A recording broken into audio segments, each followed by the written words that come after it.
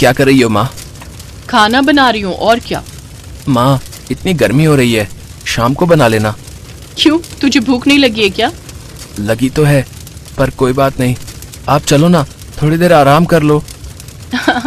अरे मेरे बच्चे, जा तू जा, मैं खाना बना कर लाती हूँ। नंदिनी ने अपने बेटे रौनक के गाल पर हाथ रखकर प्यार से कहा। नंदिनी के पति का कई साल पहले एक हादसे में निधन हो गया था। तभी से वो दूसरों के घरों में काम करके अपना और अपने बेटे का पेट पाल रही थी। उसका बेटा रौनक बहुत ही समझदार और संस्कारी बच्चा था। वो अपनी माँ का बहुत ख्याल रखता था। उस दिन भी जब आराम करने की जगह रौनक आंगन में झाड़ू लगाने लगा और फिर, अरे ये क्या कर रहा है रौनक? आप खाना बना रही थी तो मैंने सोचा तब तक मैं आंगन ही साफ कर दूं, आपकी थोड़ी मदद हो जाएगी। माँ, वैसे खाने में क्या बनाया आपने? आज मैंने कुछ अलग बनाया है, पुलाव कहते हैं इसे। जा जल्दी हाथ मुंह धोकर आजा।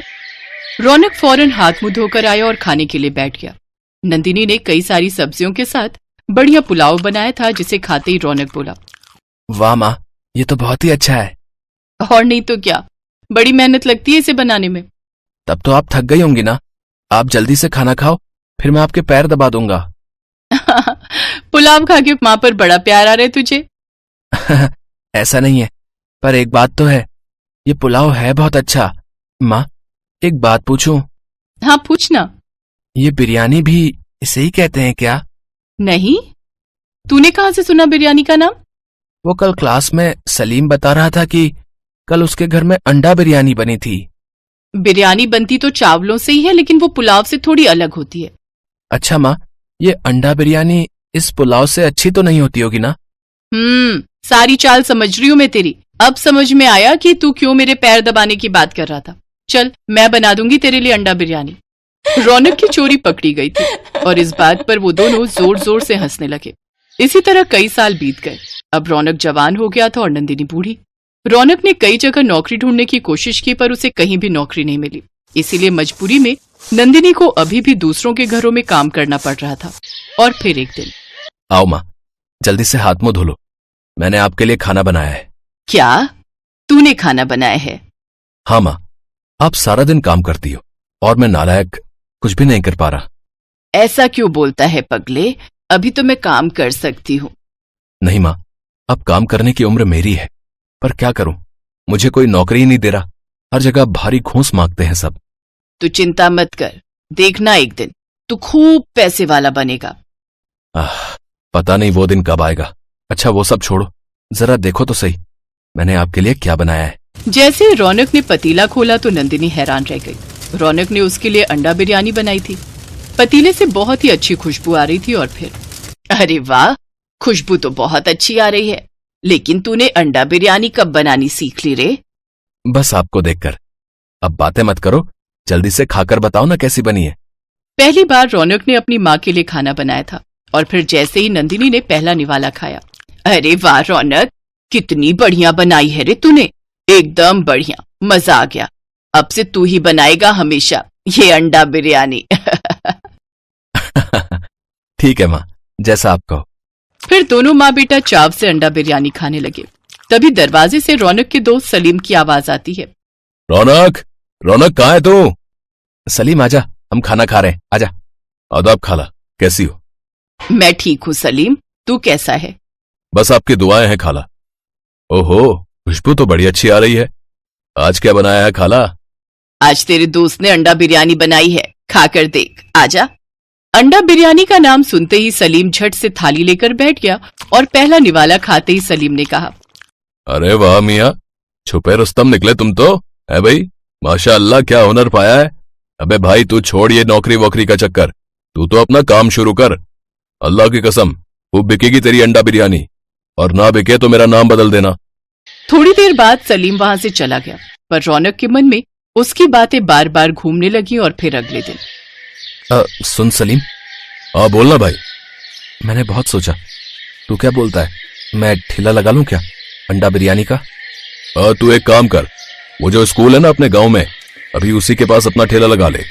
पहले वहां शारिक नाम का आदमी अंडा बिरयानी बेचता था 50 रुपए में, पर वो उतनी मजेदार नहीं थी। अब तू वहीं से बिस्मिल्लाह कर दे। और सुन, तू चिंता मत कर, मैं तेरी मदद करूंगा, कुछ पैसे पड़े हैं मेरे पास। अपने हुनर और दोस्त की मदद से रौनक ने अपना ठेला शुरू कर दिया।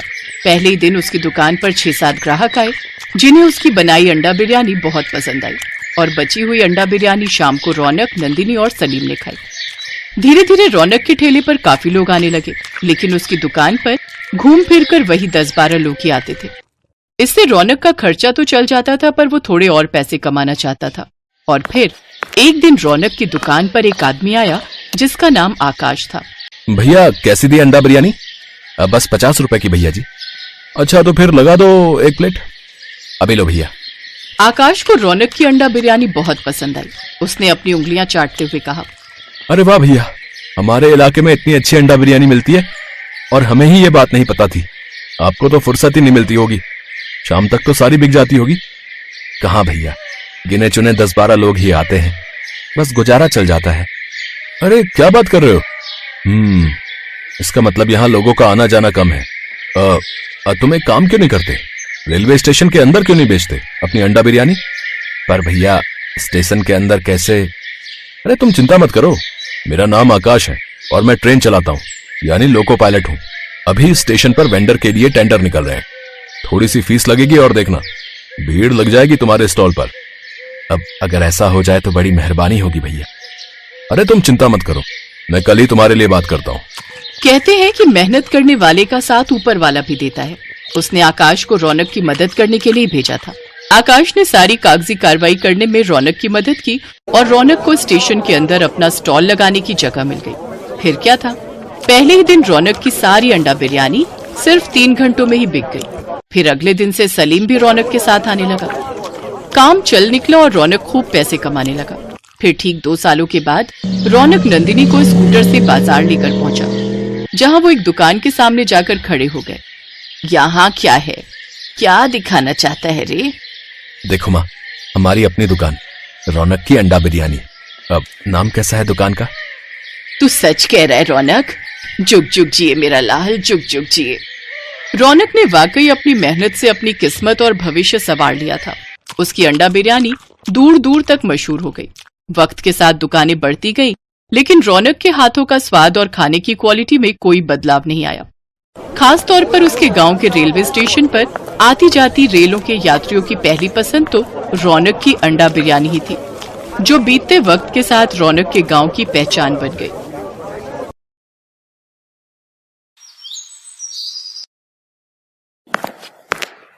माँ, तुम रो क्यों रही हो? बेटा, तेरे नाना जी की तबीयत बहुत खराब है, हमें जल्दी से गांव जाना होगा। पर माँ, नाना जी को क्या हुआ? ललिता की बात सुनकर छोटा रौनक भी उदास हो गया। ये कहानी है ललिता और उसके 6 साल के बेटे रौनक की। ललिता के पति मुकेश की बहुत पहले ही मौत हो गई थी। मुकेश के जाने के बाद रौनक की जिम्मेदारी ललिता पर ही थी। वो मेहनत मजदूरी करके रौनक और अपना पेट पाल रही थी। उस दिन ललिता को पता चला कि उसके पिताजी की तबीयत बहुत खराब है और वो अपनी आखिरी सांसें गिन रहे हैं। ये सुनते ही ललिता ने फौरन कुछ कपड़ों की एक पोटली बनाई और रौनक को साथ लेकर रेलवे स्टेशन की तरफ पैदल ही चल पड़ी। माँ, हम ट्रेन से जाएंगे? हाँ बेटा, इस टाइम गांव जाने के लिए कोई बस नहीं मिलेगी, इसीलिए ट्रेन से जाना पड़ेगा। अच्छा सुनो माँ, कुछ खाने को है क्या? बहुत भूख लग रही है। ललिता के घर से रेलवे स्टेशन की दूरी बहुत ज्यादा थी और पैदल चलते चलते रौनक को बहुत तेज भूख लग गई थी। ललिता ने अपनी पोटली खोली तो उसमें 2 सूखी रोटी रखी थी और साथ में एक प्याज था।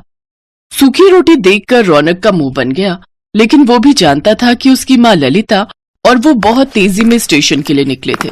रौनक ने चुपचाप रोटी और प्याज खाया और ललिता की गोद में ही सो गया। फिर थोड़ी देर बाद, उठ रौनक, देख ट्रेन आ गई, चल बेटा जल्दी उठ जा। अरे वाह, कितने दिन बाद आज हम ट्रेन में जाएंगे। रौनक को ट्रेन में बैठने की खुशी थी, लेकिन ललिता के आंसू थम नहीं रहे थे। उसे तो अपने पिता की चिंता सता रही थी। पूरे सफर के दौरान रौनक बस खिड़की के पास बैठकर बाहर की चीजों को निहारता रहा। वहीं ललिता बस सीट पर पीछे सिर टिकाए बैठी रही और अपने पिता की सलामती की दुआ करती रही। लेकिन ऊपर वाले को तो कुछ और ही मंजूर था। ललिता के पिता की मौत हो चुकी थी। उस दिन ललिता बहुत रोई।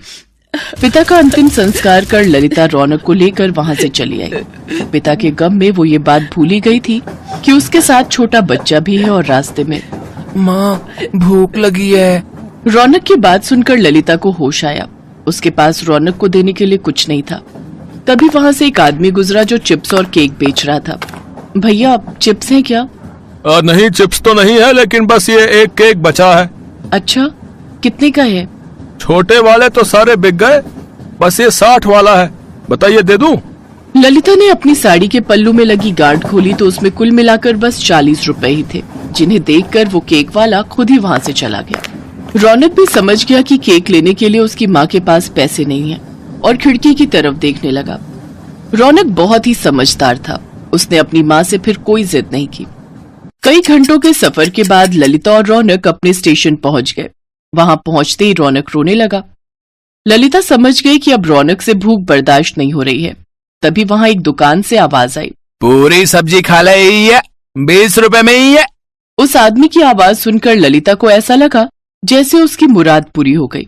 ललिता ने सोचा कि वो 2 आलू पूरी खरीदेगी, एक रौनक खाएगा और एक वो भी खा लेगी। उसने भी तो 2 दिन से कुछ नहीं खाया था। ललिता ने 40 रुपए देकर आलू पूरी खरीदी। में बहुत थोड़े से आलू और सिर्फ 2 ही पूरियां थी। ये देखकर ललिता ने अपना डिब्बा भी रौनक को दे दिया। रौनक ने पेट भरकर खाना खाया और फिर शाम को, माँ, पेट में बहुत तेज दर्द हो रहा है और 3 बार उल्टी भी हो चुकी है। इतना कहते ही रौनक बेहोश हो गया। ललिता फौरन उसे डॉक्टर के पास लेकर पहुंची तो डॉक्टर ने उसे बताया कि रौनक को फूड पॉइजनिंग हुई है।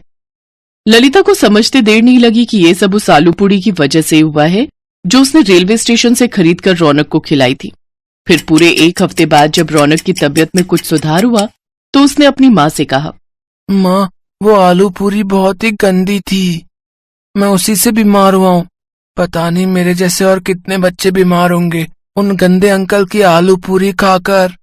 रौनक ने लाख टके की बात कही थी, जिसे सुनकर ललिता सोच में पड़ गई।